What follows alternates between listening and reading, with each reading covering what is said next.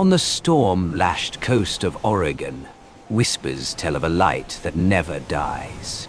Perched upon jagged cliffs, a lantern hangs suspended, defying time itself. It once belonged to a woman who waited for her husband at sea. He never returned, but the lantern has never gone dark, burning each night like a beacon for those who have lost their way. Fishermen murmur that anyone who gazes upon its glow will hear a tender voice calling, luring them into the depths from which none ever return. One day, Margaret, a folklorist, walked through the skin-cutting cold of the Oregon coast.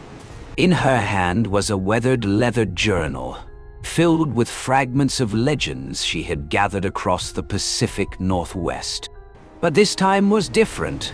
No mere rumor or fireside tale. The lantern she sought, they whispered, still burned in truth. The path to the cliff twisted upward, the earth soft and slick with sea mist. Her boots sank into mud flecked with gravel, sliding with every step. Below, the ocean thundered against the rocks, its roar merging with the shriek of the wind. A grim symphony, like the ocean's own mournful breath. With every step, she felt herself drawn closer to something that did not belong to the world of the living. As the shadows thickened, Margaret saw it. Upon a sheer outcrop, untouched by human hand, a lantern burned. Its flame, golden and flickering, did not falter in the gale, as though shielded by an unseen hand. From afar, its glow was a lone, unblinking eye piercing the dark, at once inviting and threatening. Margaret froze, her skin rising in prickling waves. The impossibility of it all rattled her. No path led to that cliff. No hand could have placed the lantern there. Yet its light remained undeniable, brighter even, as her gaze fixed upon it. For an instant, she swore she saw a figure behind the flame, a slender woman's silhouette, her hair whipping wild in the wind. A coldness surged through Margaret, seeping from her knees to the soles of her feet. She drew a breath, but the air was too thick, too salt-heavy, as if the sea itself was swallowing her lungs. Her pulse hammered, and a single question carved itself into her mind. Was this legend come alive, or had she stepped across a threshold no human should ever cross? Beneath the cliff, the surf screamed white and merciless. Yet above that chaos, the lantern burned in calm defiance, untouched by nature's fury. Margaret opened her journal, but her pen trembled. The ink scrawled crooked as though the storm itself wrested the words from her hand. All else sank into shadow. Only the lantern's light remained, like the beating heart of night, a secret beacon summoning her closer. In that moment, Margaret knew research was no longer her only reason to go on. Another force, deeper and more perilous, had taken root within her. She had to see the lantern with her own eyes, and learn why it had never gone dark. Night along the Oregon coast was a suffocating shroud, a black veil without a single tear. The crash of waves rose from the abyss below, mingling with the lash of wind against the cliffs, as if thousands of unseen whips cracked in the dark. Yet through the frozen void, the lantern still burned, unmoved by storm, untouched by reason. Margaret stood transfixed, her eyes bound to its glow. She realized the light was no longer fixed. The lantern shifted slowly along the cliff's edge, each quivering shimmer like the fading imprint of invisible footsteps. No wind could carry a lantern in such a way. No rope could draw it forward. It moved of its own will. The sky, strangled by heavy cloud, gave no light of its own, yet the lantern, cast a pallid trail across the coastal path. The glow wavered, brushing over slick moss and jagged stone, forming a fractured passage through the dark. Margaret found her feet already moving, unaware she had begun to follow. Each step sent loose rock tumbling into the chasm, their echoes joining the sea's roar, like the drumbeat of a funeral march from the deep. The lantern drifted farther, yet never vanished from sight. It kept its distance, always just beyond reach, close enough to lure, far enough to forbid. Its glow painted grotesque forms upon the cliff walls, long, grasping arms, twisted faces half buried in seaweed, all leaning toward her, aching to touch. The air grew colder. Mist clung to her clothes, seeping into her skin. Her steps grew heavy, but the compulsion within her only sharpened. In her chest, her heartbeat matched the lantern's wavering pulse, as though her body had been drawn into its breath. A violent wave crashed below, spraying white salt into the air. Through that drifting haze, Margaret glimpsed her. The slender figure of a woman, hair in wild disarray, dress pale and fluttering like a torn shroud. Margaret shut her eyes, but when she opened them, only the lantern remained, floating like a phantom that knew its way home. The coastal path narrowed, crumbling stone leaving barely a strip wide enough for a footfall. Beneath lay the black abyss, where waves struck the cliff face like 1,000 hands pounding at a wall. The lantern did not slow. It led on, patient, unyielding, drawing Margaret deeper into the dark that swallowed all things. She could no longer tell whether she heard the thunder of the sea or the blood rushing in her ears. Each time she faltered, the lantern flared violently, its glow throbbing like an enraged heart, before gliding forward again, forcing her to follow. For one terrifying instant, Margaret felt her body was no longer her own, dragged onward like driftwood in a whirlpool. At last, the lantern came to rest upon a jagged outcrop above the sea. It hung in the air, no rope, no chain, burning calm and defiant against the howling gale.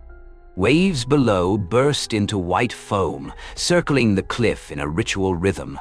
Margaret stopped, her body soaked through, yet her eyes could not break away from that light. In that moment she understood. The lantern did not guide towards safety.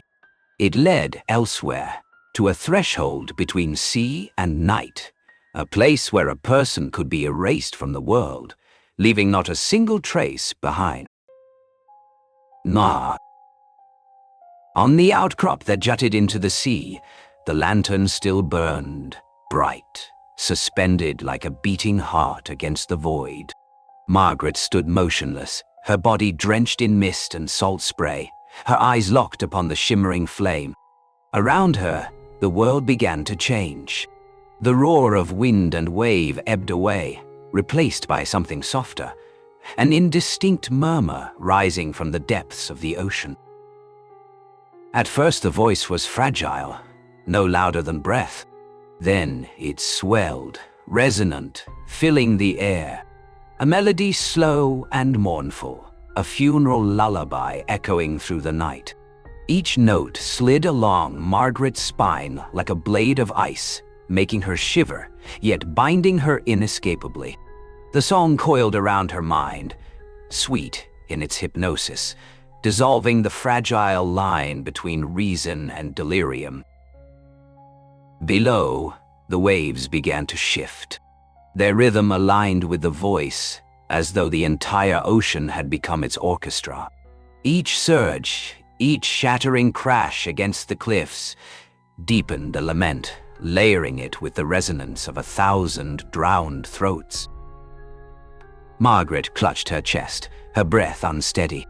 She knew she was hearing something that did not belong to this world, yet her soul yearned for it. The song no longer surrounded her. It seemed to resound from within her ribcage, pulling her into its harmony. The fog, thickening around the outcrop, began to swirl, spinning in slow, spectral circles beneath the lantern's glow. In the mist, Margaret glimpsed drifting shapes, arms reaching upward, hair streaming and sodden, eyes wide and frantic in silent pleas. They dissolved into the melody, vanishing into the sorrowful chorus of the unseen. The lantern's flame pulsed with the music, flashing brighter with each rise of the voice. Every flicker felt like a signal, a heartbeat of the sea itself, seducing her soul. Margaret's feet moved toward the cliff's edge, step by step, though her mind screamed in resistance. The rock beneath her boots was slick, cold, treacherous, but she could not stop. When the song reached its crescendo, the heavens tore open in a slash of lightning. For an instant, the storm illuminated her. A woman's figure, slim, draped in white, her dark hair whipped into a tangle by the sea wind. She stood still amid the fog, facing Margaret. Her face was veiled in shadow, but her presence radiated an eternal grief. Margaret trembled, her eyes wide with horror. She knew she was beholding the living witness, or rather, the lingering soul, of the legend. The woman needed no gesture, no beckoning hand. The song was her summons, binding Margaret's heart, her feet, pulling her inch by inch toward the brink. A colossal wave rose, shattering into spray that mingled with the dirge. In that moment, Margaret felt herself poised on the threshold, between land and sea, life and death, flesh and phantom. The lantern still burned, unwavering, the single eye of the widow fixed upon her every step. The song was no longer music. It had become command, an invisible tether coiling around Margaret's soul, dragging her away from the world she once knew. Ye. The lantern trembled softly in the night, its glow no longer a simple flame, but a vein of molten blood coursing through the dark. The sea groaned below the cliff, each crashing wave a funeral drumbeat, carrying the dirge that filled the air. Margaret stood trembling, her eyes wide as the figure in the white dress emerged in sharp relief within the whirling fog. She stood upright, motionless, on the precipice where no human could stand. The long white dress, torn and stained with dark streaks, as if soaked in salt and blood from ages past, whipped violently in the wind. Black hair clung in tangled strands, yet could not veil the face that revealed itself. Pale as bone, its skin tinted with a deathly green, eyes hollow, yet glimmering as though reflecting the entire sea at night. Margaret's body locked in place, every muscle seized in terror. The song no longer rose from the ocean depths, but from the woman's own chest. Each note pulsed into the air, cracking the black sky to reveal ghastly streaks of pallid green light, like drowned corpses adrift beneath water. Shapes in the fog, arms, hair, faceless visages, floated toward her, winding around her like a living funeral shroud. Beside her, the lantern blazed brighter than ever. Its light clamped down on Margaret's gaze, forcing her to witness the spectacle. The woman tilted her head, lips parting, and from them unspooled a thin ribbon of black smoke. It curled into the wind, spilling downward across the cliffside, cloaking the very path Margaret had taken. Every escape was sealed. Only one way remained, forward toward the abyss. Fog swirled tighter around her, the salt-heavy stench choking her lungs. She staggered, desperate to turn back. But her feet were soldered to the cold stone. Each attempt to lift them was shredded by the rising song, cutting her will apart like fabric torn by a blade. The rhythm of the waves below fused perfectly with the hammer of her heart, until Margaret no longer felt she belonged to herself. The woman in white slowly raised her hand. The motion was delicate, almost tender, like an invitation, but it carried the weight of a command no mortal could resist. At once the lantern flared, flooding the cliff with a blinding gold as if a dead sun had erupted before her.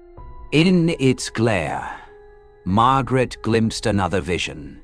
Dozens, no, hundreds, of figures sinking into the water, their hands reaching in vain toward the shore, their eyes hollow, pleading, unredeemed. Shaken to her core, she could not look away. The lantern and the woman fused into a single hypnotic point, swallowing everything else. Wind shrieked, waves burst in white fury, but all was nothing more than accompaniment to the mournful hymn that would not end. In that moment, Margaret understood. She had been called, not by voice, but by soul. The woman needed no step forward, no touch of hand. The song and the light had done all. She simply stood there, a lighthouse of darkness, guiding the doomed into the sea. And Margaret, though she knew she was standing at a threshold from which no return was possible, could not resist. Margaret stood at the cliff's edge, her breath ragged, mingling with the freezing mist. Below, the ocean yawned open like a colossal mouth, eager to devour any soul who strayed too near. Waves pounded in relentless fury, spraying white foam that rose like hundreds of grasping hands from the abyss. The woman in the white dress remained still, her hollow eyes blazing, locking onto Margaret's soul. The song endured, no longer music but a chain, an invisible binding that shackled her body. The lantern flared violently, its beam burning through her, scorching away the final flicker of resistance. Margaret felt her feet take one step, then another. The path back was gone. Each frozen breath coiled in her lungs, each slowing heartbeat fused with the rhythm of the sea. She knew that with another step, there would be no return, but her body no longer obeyed reason. She was nothing more than driftwood, carried on a current she could not fight. A violent gust swept over the cliff, carrying with it the stench of rotting seaweed. The heavens quaked with thunder, and in the lightning's flash Margaret saw faces, strangers she had never known, their eyes all the same, empty, despairing, sinking slowly into the black sea. Their shapes drifted toward the woman in white, dissolving into the darkness that surrounded her, leaving only a muffled echo like cries silenced beneath water. The lantern shook violently, its flame surging upward into a pillar of fire against the storm. Its blaze was no warning. It was triumph, the sick exaltation of a ritual centuries old. Margaret stretched out her arms, entranced, and hurled herself into the light. In the moment her body tipped forward into the abyss, all sound ceased. Only the last echo of her heartbeat remained, absorbed into the unholy hymn. She plunged, the ocean slicing her skin like shards of glass. And before the darkness swallowed her whole, Margaret looked upward and saw the lantern, shrinking, vanishing into the storm above. The next morning the sea lay still, as though nothing had happened. An old fisherman, steering his boat toward open water, glanced up at the cliff. He froze. The lantern burned brighter than ever before, still alight even beneath the rising sun. Its glow seemed stronger now, fierce and unyielding, as though it had been fed a new soul. In the fishing village, a young girl who had once heard the legend saw it too. the flickering flame in the fog, whispering names of the lost. Any who lingered too long felt a faint, mournful song in the wind, soft yet unforgettable. No one ever found where Margaret had gone. Her weathered leather journal was never recovered. Only the lantern remained, burning brighter than ever, a testament that one more soul had joined the choir beneath the sea. And from that night onward, whoever gazed into its glow could never be certain they would return. The lantern, the immortal heart of the widow, would never go out. Niwa Awa.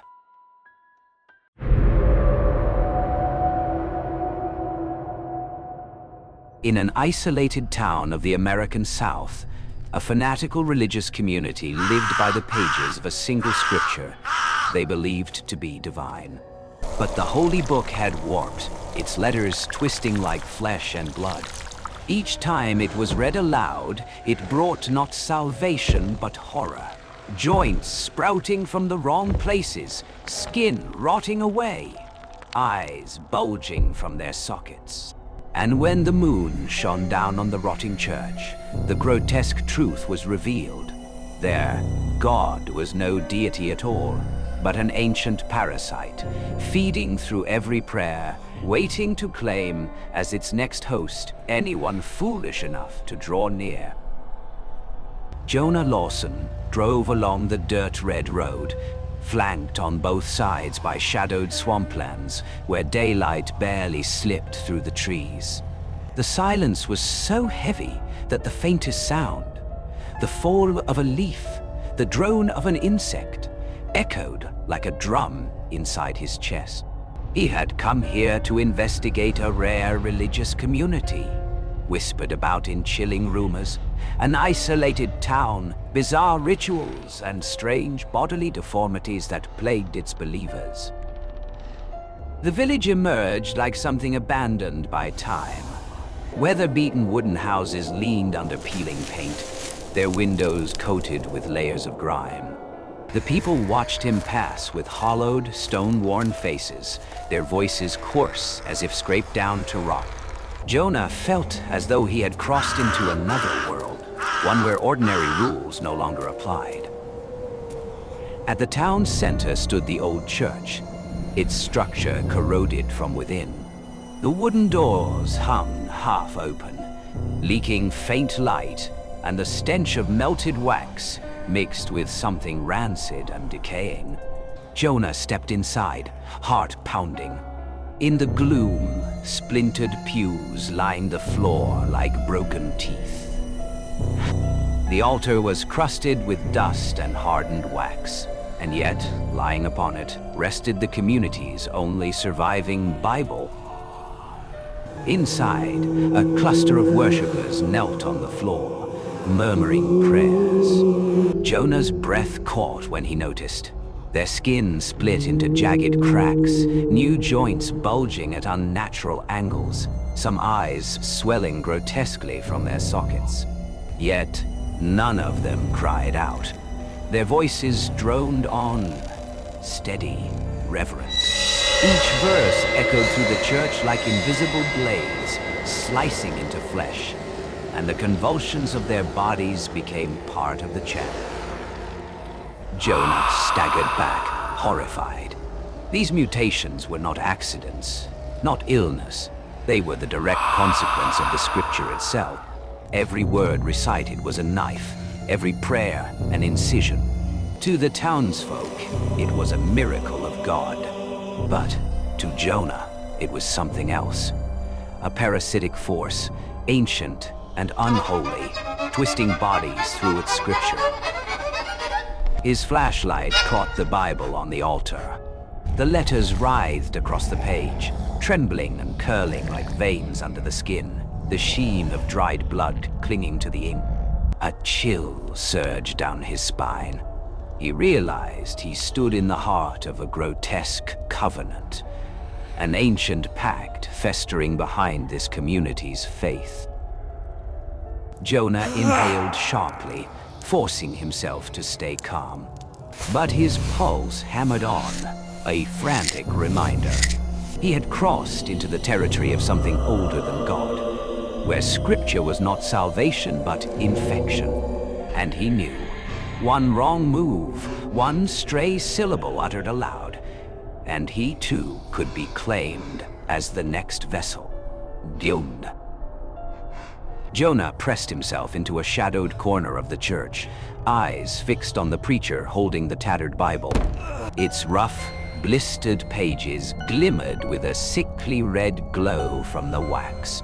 The preacher's raspy voice rose and fell, merging with the faint groans of the kneeling worshippers, creating a grotesque, almost symphonic chant. A woman kneeling near the altar suddenly convulsed. The skin on her arm split open, revealing dark, raw flesh beneath. Jonah's heartbeat spiked. Before he could make sense of it, an old man beside him whispered, "Do not fear, it is the blessing of the Lord." But Jonah could not look away. With each verse, joints twisted, ribs stretched in unnatural ways, eyes bulged or swelled grotesquely. Their bodies warped, yet their voices droned on. No screams, no pleas.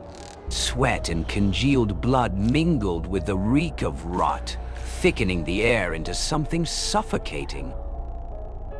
A moment later, the preacher turned toward Jonah, his eyes glinting with fervor.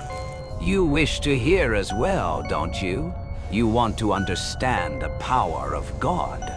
His tone rasped and cracked, but each word carried a supernatural weight, pulling Jonah in.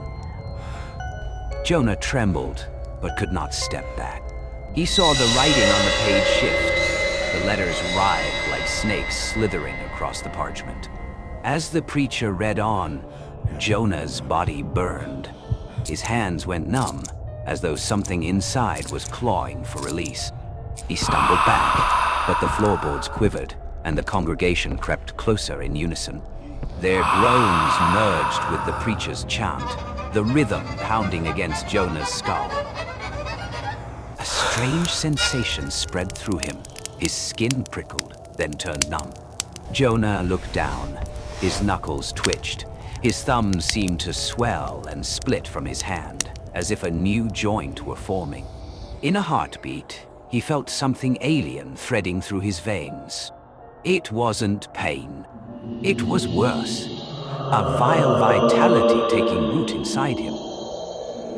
In the wavering glow, Jonah saw the others, deformed yet upright, mouths reciting scripture, eyes gleaming with twisted ecstasy.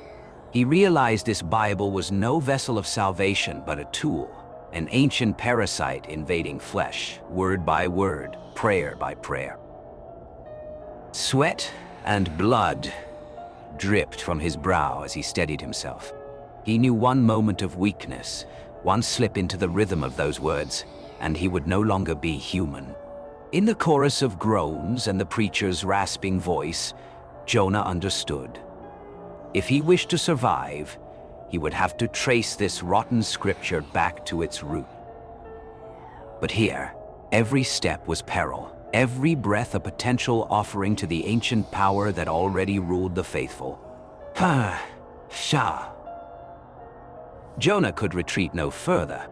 The stench of rot, dried blood, and burning wax pressed against his lungs, choking him.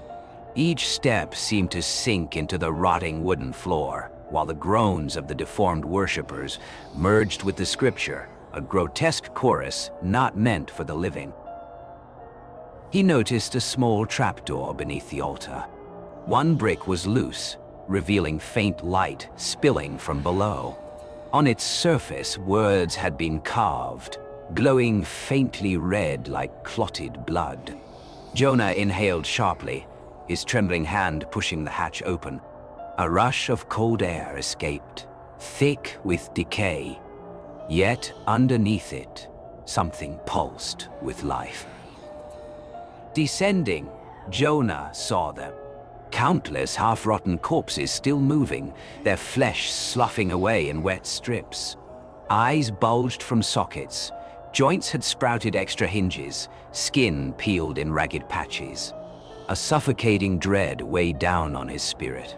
This was not illness, not ritual, but the direct handiwork of the ancient parasite. He staggered back, but the figures advanced slowly. Their whispers invaded his head. The scripture wasn't just on paper. It lived across their skin, etched into blood and bone, spreading through every breath. Each word was a root piercing into Jonah's flesh, making his skin sting, his joints ache, his blood clot beneath the surface. Jonah quivered, but forced himself to hide his fear. Observing closely, he realized these abominations retained a twisted consciousness. They murmured verses, howling with a mix of agony and ecstasy, eyes lit with an unnatural black glow. The parasite used the holy text as a tool of hypnosis, turning every believer into a living host, sustaining its existence through generations. Above, he heard the creak of collapsing boards, the preacher and his flock preparing the nightly ritual. Jonah knew this would be greater than anything before, something meant to unleash the parasite across the entire town. He had to escape, but every step risked attack. The corpses seemed to track him, ready to pounce at the slightest movement. He slipped deeper into the cellar and discovered a storeroom filled with old scripture pages. Many were caked with dried slime, their letters writhing faintly as though alive. Jonah flipped one page and felt a stabbing under his skin, as if the words themselves were burrowing into him. The verses crawled, hissing against the paper, and his heart clenched with dread.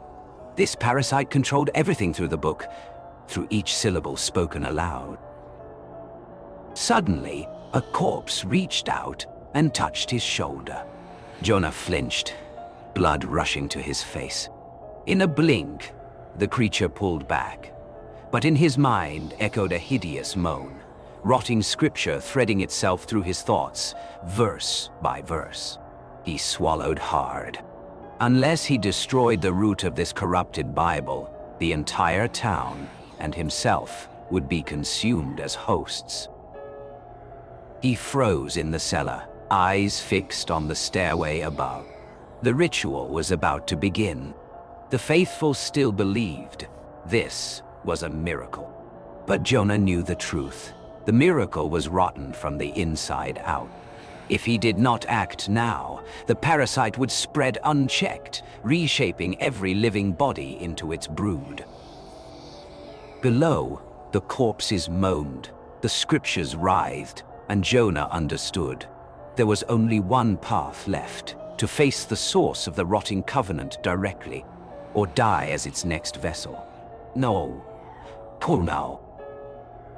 Jonah crept up from the cellar, every step echoing inside the decaying church. Above, enormous crimson candles bled their light into the suffocating air. The congregation was gathered, kneeling, their eyes gleaming with grotesque rapture as they muttered scripture under their breath. The preacher stood at the pulpit, his ragged voice booming. "Tonight, the Lord will bless us, through every soul offered." As his words fell, a slick tide of red wax oozed from the altar, curling around the worshippers' feet. Their skin shriveled, their limbs sprouted extra joints, eyes bulged from sockets, yet their mouths kept chanting, their voices unwavering, as though hypnotized. Jonah crouched in the shadows, sweat soaking his brow. He realized the parasite was no longer confined to their flesh. It saturated the entire church, seeping into the very air, lacing itself into every breath, every heartbeat. A chill swept through him as his own skin prickled, muscles tightening painfully. One worshipper staggered toward him, brushing a hand across Jonah's shoulder. Instantly his joints twitched, his skin swelled, nerves flared with agony as though something inside was splitting him apart. The groans of the congregation merged with scripture, pounding against his skull, dragging him to the brink of panic. The preacher sneered, his eyes blazing crimson. "You are the chosen. You shall become the final vessel to complete the covenant." Jonah knew then there was no turning back. They bound him to the altar, where beneath the wood and stone pulsed a massive mass of slime. Covered in weeping eyes and moaning mouths, its body throbbing in rhythm with the recited verses. Each word clung to Jonah's flesh, burrowing into bone, searing his skin, knotting his limbs into grotesque shapes. Blood thickened beneath his skin, bones strained as though sprouting anew. He screamed, yet consciousness lingered, long enough to understand that the parasite did not want his death. It wanted his body, alive, to be the seed for its spread. In one desperate, lucid moment, Jonah looked upon the deformed husks surrounding him, their chanting rattling in his ears. He made his choice. Straining against the ropes, he toppled a great candle, spilling fire onto the writhing red wax below. Flames roared upward, shrieks of scripture twisting into a chorus of agony as the entire church convulsed. The blaze consumed everything. Smoke choked the air. The warped faithful flailed in torment before collapsing into ash. Jonah crumpled, the stench of burning flesh filling his lungs as the last flame sputtered and darkness swallowed the room. But from within the ashes, a faint whisper lingered. The covenant is not broken. A warning that the parasite had not been destroyed, only silenced. For now. Nay. Ash choked the air, the acrid stench of smoke clawing into Jonah's lungs. He lay face down on the damp earth, sweat mixing with soot, hands trembling. The inferno had gutted most of the church, but the whispers lingered, soft and relentless, threading through his mind. The twisted husks of the faithful had withered in the blaze, yet Jonah knew the parasite was not destroyed. It had seeped into the ashes, into the half-burnt scriptures, waiting for a chance to bloom again. A prickling numbness spread through his body, skin cracking dry, limbs curling tight, heart hammering against his ribs. Every breath was a reminder that his life was being gnawed away from within. Forcing himself upright, Jonah fixed his gaze on the fragments of charred scripture drifting in the pale moonlight. His act had stopped the great ritual, sparing what remained of the town, but the cost was unbearable. Part of him was already infected, his hands roughened, bone pushing unnaturally against skin. He whispered to himself, As long as I breathe, as long as I remain myself, I must keep it from spreading. Yet, even in that rare silence, a long, worming murmur seeped out of the ashes. Rotted verses, writhing, curling into his ears like a hymn of horror. The flames had died, but the parasite endured. In dust, in paper, in every grain of ash. It had not been destroyed, only waiting for another body to claim. Jonah stumbled out of the ruin, his feet sinking into the wet soil, moonlight glinting on drifting motes of ash. The town was silent, as if nothing had happened. Yet he knew the parasite was still watching, still threading through every shadow. He was the only survivor, but also a carrier, marked by the covenant scar. The others were gone. The church lay in smoldering ruin. Jonah stood amidst the wreckage, staring up at the moon, crushed by a loneliness deeper than death. His survival was a hollow victory, haunted by whispers that refused to fade. He closed his eyes as pain lanced through his veins. He had lived, but part of him was forever altered, scarred by the parasite's touch. And in the southern night, The whisper of the rotten scripture lingered, faint, ceaseless, a warning that the covenant had never truly ended. Wah.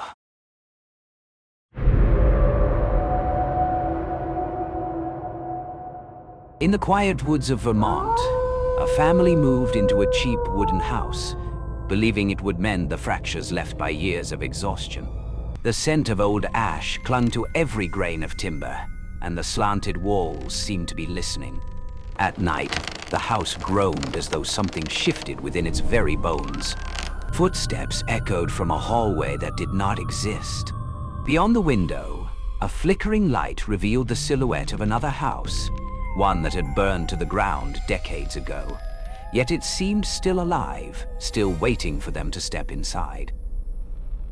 The narrow dirt road leading to the old wooden house seemed swallowed in mist. Tires crunched over layers of rotting leaves, leaving behind damp, faded tracks. The house appeared, small, yet heavy, sagging as though burdened by winters that had never truly ended. Its dark roof was mottled, its wooden walls bleached gray by wind, its windows jutting out like hollow, sunken eyes. Outside, the silence was so complete that the only sound was the wind threading through the trees, carrying with it the chill of decayed earth. The husband lingered on the porch, sensing a stifling presence in the air, as though the house were not empty at all, but waiting. The wife trailed behind, her eyes sweeping over every detail, half eager, half wary. Their daughter hurried ahead, feigning indifference, but her gaze kept darting toward the shadows that pooled in the cracks of the shutters. Inside, the smell of old ash mingled with mildew, thick and clinging, as if a fire had only recently been extinguished.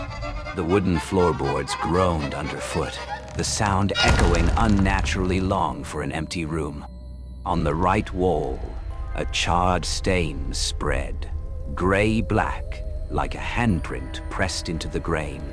A hallway stretched forward only to end abruptly against a blank wall, senseless, like a doorway that had been sealed shut.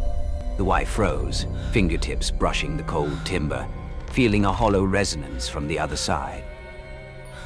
The window looked out toward the forest, but the view bent and warped like a fractured mirror.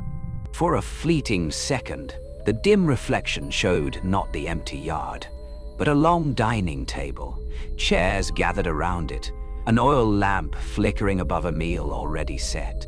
When the wife blinked, only the thick canopy of mist-shrouded trees remained. That first night, the creaking never ceased, chairs and tables shifting in rooms that did not exist. Footsteps padded softly down the hallway, stopping just behind the sealed wall. The husband reassured himself it was only the old house settling. Yet at times he felt cold breath grazing the back of his neck, though every window was shut tight. The wife lay still, listening to the faint clink of a spoon against glass echoing from nearby, a sound that rang once, then faded, leaving silence heavier than the dark itself. In the attic, dust lay thick, but small footprints pressed clear trails toward a corner where no exit existed. In a crumbling notebook found in a drawer, shaky handwriting scrawled a few desperate lines. The second house they never left. The page was torn, the ink blurred as though by tears. The house fell quiet again, but it was a silence damp, oppressive, swallowing every breath. And somewhere beyond the sealed wall, a faint sound stirred, the scrape of a chair being pulled out, ready for a guest who had just arrived. Yeah. Morning crept in slowly, its pale light swallowed by the thick veil of mist, leaving only scattered beams filtering through the windows. The wife tidied the living room, her hands carefully moving each worn object. Beneath the dusty rug, the floorboards revealed deep scratches, long grooves as if chairs and tables had been dragged across the wood. The marks were so fresh that tiny splinters still clung to them, as though someone had moved the furniture just the night before. The daughter wandered down the hallway, her gaze settling on a round window. The glass was cloudy, yet when she stared into it, the reflection was not the familiar room behind her. Instead, she saw another space, a long dining table draped in white cloth, chairs neatly arranged, oil lamps glowing invitingly. Faint silhouettes gathered around, their heads tilted as though in conversation. She raised her hand to the glass, but the surface was icy cold, reflecting only her own uneasy eyes. When she stepped back, the vision vanished, leaving behind only the cracked pane and its gray dust. On the second night, as the house fell still, the strange sounds rose again. The clink of spoons against glasses, the scrape of chairs dragged over wood, the muffled hum of a feast that never ended. Footsteps crept along the hallway, stopping just behind the sealed wall. A soft knocking began, measured, patient, as if someone were trying to open the door long buried. In the bedroom, the husband gazed into the mirror, weary eyes fixed on his own reflection. But for an instant, he was no longer alone. Behind him, the dining table shimmered into view. Chairs filled, shadowy figures lifting their glasses. They had no faces, only blurred voids. A pale hand rested on his shoulder in the glass, but when he turned, the room was empty, the mirror reflecting only his solitary frame. The wife could not sleep. At midnight, she wandered the hallway. The floor bowed gently beneath her steps, creaking like a heavy breath. She froze when she saw that the end of the corridor seemed longer than before. A door had appeared there, black, without a handle. As she approached, the narrow crack revealed only a fathomless dark beyond. From inside came whispers, layered voices overlapping, calling someone's name. She shut her eyes, and when she opened them, the wall was solid again, unbroken, as if nothing had changed. The next morning, the daughter sat quietly with her sketchbook. On the page was a drawing of their house, but inside it brimmed with chairs, lamps, and faceless guests. Their eyes were blank hollows. She shaded the doorway heavily, scrawling 2 words across the bottom: "Come in." Later, the husband searched the basement for tools. The dim light spilled over rough stone walls, where the floor was stained with old blackened ash. Sifting through it, he found a half-burned slip of paper. The trembling handwriting read, "They are still waiting at the table." By the third night, the house itself shuddered like a creature stirring awake. The lights flickered, shadows stretching unnaturally, the hallway lengthening with each passing minute. Laughter echoed faintly, distant yet growing clearer, as though the feast beyond the wall was reaching its liveliest moment. And from the depths of the dark came a drawn-out sound, scraping through the silence, the slow drag of a chair being pulled out, waiting for a new place to be filled.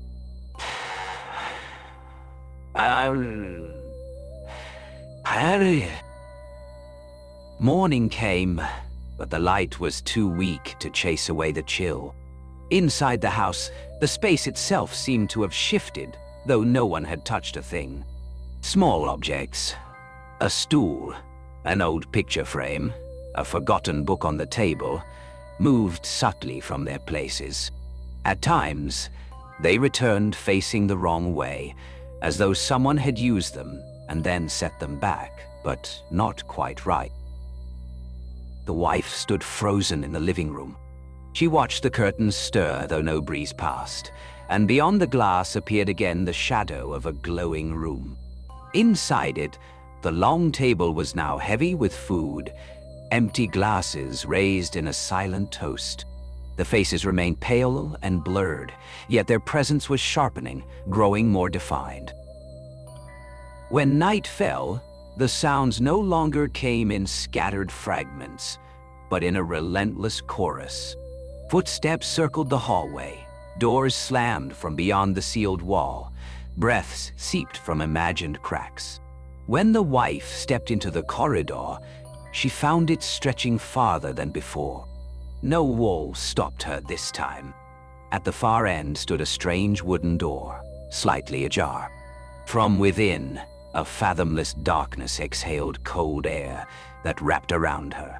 For a moment, she thought she saw a figure moving in the shadows, but when she blinked, it was gone. Only a flat, silent wall remained. The daughter sank deeper into restless dreams. In them, she sat inside the other house, the one bathed in light. Around her gathered faceless guests, laughing, pouring wine, striking spoons against glasses in a celebration that never ended. Beside her, a seat was always kept empty, waiting. Each time she hesitated, laughter echoed, urging her to sit. When she woke, the sound of clinking glasses still lingered in her ears. The husband, desperate for answers, pored over architectural sketches he had found in the town library. There, he saw what could no longer be denied. This house once had a twin built alongside it.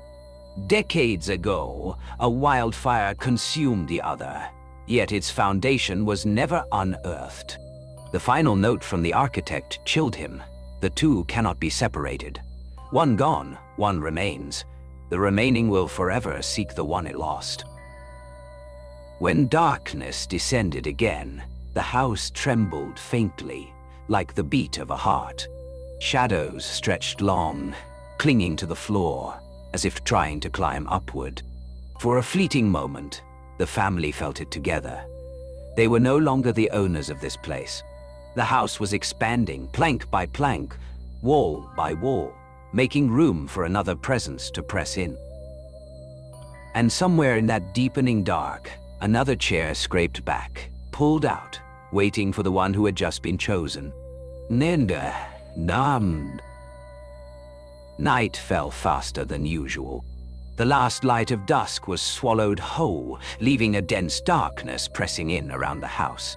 When the yellow ceiling lamp flickered on, it sputtered, its glow shivering as if being consumed by something unseen. The hallway now stretched unnaturally long, its damp, mottled walls carrying the weight of centuries. The wife pressed her face to the window pane, and this time it was no fleeting vision. Across the yard, the twin house stood clear, glowing bright as though in celebration. Its doors hung wide open. Faceless silhouettes drifted in and out, glasses in hand, moving with an air of festivity. She saw the long table laden with food, steam curling upward, faint music drifting through the air, mingling with bursts of laughter. But when she blinked, it was gone. Only the motionless, black forest remained. The daughter could no longer resist the call of her dreams. At midnight, she vanished from her room. The wife, frantic, searched the house and froze at the sight before her. In what had always been an empty room, now stood the illuminated feast. Her daughter sat upright at the table, her eyes vacant, staring ahead. Around her, the faceless guests raised their glasses, tilting their heads in silent welcome. The wife stepped forward, but the air thickened like a veil, resisting her. She saw pale, bony hands settle on her daughter's shoulders, holding her gently, yet firmly, in place. Long, white fingers tightened as the mother tried to press closer. The sound of the banquet swelled, echoing through the walls, laughter entwined with the clinking of spoons, a chorus welcoming their newest guest. The husband rushed in, desperate, reaching to pull his daughter back. But when his hands met her form, he felt only a frigid emptiness, slick as ice. Her body was fading, dissolving into another world. For a fleeting instant, he saw the second house in full, its wooden walls glowing, windows alight with fire, the banquet brimming with faceless revelers. Then it all blurred away, leaving only the dark, dust-choked room and a table draped in neglect. The wife collapsed to her knees, listening. From beyond the wall, the voices pressed harder, repeating their invitation in waves. Chairs scraped against the floor, many of them, as though the table were being set for more. The structure of their own home seemed to buckle, pushed aside, as another house forced itself into being within its walls. In that moment, the family understood. They were not merely living in an old cabin. They were sharing it with another house, still standing, still full, still expanding, until the feast that had never ended was finally complete. Nay, dawn never came. Time itself seemed suspended in endless night, broken only by the jaundiced glow of a single lamp casting light over the frigid room. The wife stirred awake, only to realize she was no longer in the old creaking bed. She sat at a brightly lit banquet table, surrounded by faceless guests. The air reeked of wine, roasted meat, and burning wood, but the scents only thickened the suffocating atmosphere. The blank heads turned toward her in unison, featureless yet heavy with the weight of hundreds of unseen eyes. Through the window of this new house, she saw the outline of the old one, the home they had moved into, now sunken in shadow, hollow, drained of life. Only one figure remained there. Her husband sat slumped in the dim room, his eyes locked on the wall. He could hear every laugh, every clink of raised glasses from the other side. Within the chorus of sound, his wife's and daughter's voices rang out, familiar yet estranged, calling his name in a haunting harmony. He pressed his palm against the cold wall, and from the other side, pale hands pressed back. Tin like ice, fingers long and bony clawed at the seams of the wood, pulling, tugging, prying open a crack. Light from the banquet spilled through, flickering like a beckoning flame. The slow scrape of a chair echoed, deliberate, preparing for one final guest. The husband staggered back, trembling, but the house did not allow escape. The walls closed in, the hallway shortened. The ceiling sank lower, pressing the breath from his chest. The attic groaned, dust drifting down like glowing cinders in the dim light. All of it drove him back toward the widening fracture, where shadow and light shimmered together like a door ajar. Through the gap, he saw his wife and daughter seated side by side, their forms fading but recognizable. Their faces, however, were dissolving into pale voids, merging with the faceless beings gathered at the table. Though empty, they tilted their heads and raised their glasses in unison, offering an invitation impossible to resist. The laughter swelled, rising, shattering, drowning out the pounding of his heart. In his final moment, he laid his hand upon the crack. The door burst wide, golden light pouring through, swallowing the last remnants of darkness. The sound of a chair scraping out one final time groaned through the air, and then fell silent. The small wooden house in Vermont sank into utter stillness. Outside, the forest lay heavy with mist, unmoving, as though no one had ever lived there at all. But if one were to stand close at night, pressing an ear to the mildewed wall, they might still hear it. The clink of spoons against glasses, the scrape of chairs sliding back, and the endless banquet echoing from the twin house, where those who chose to sit down never rose again. Nah.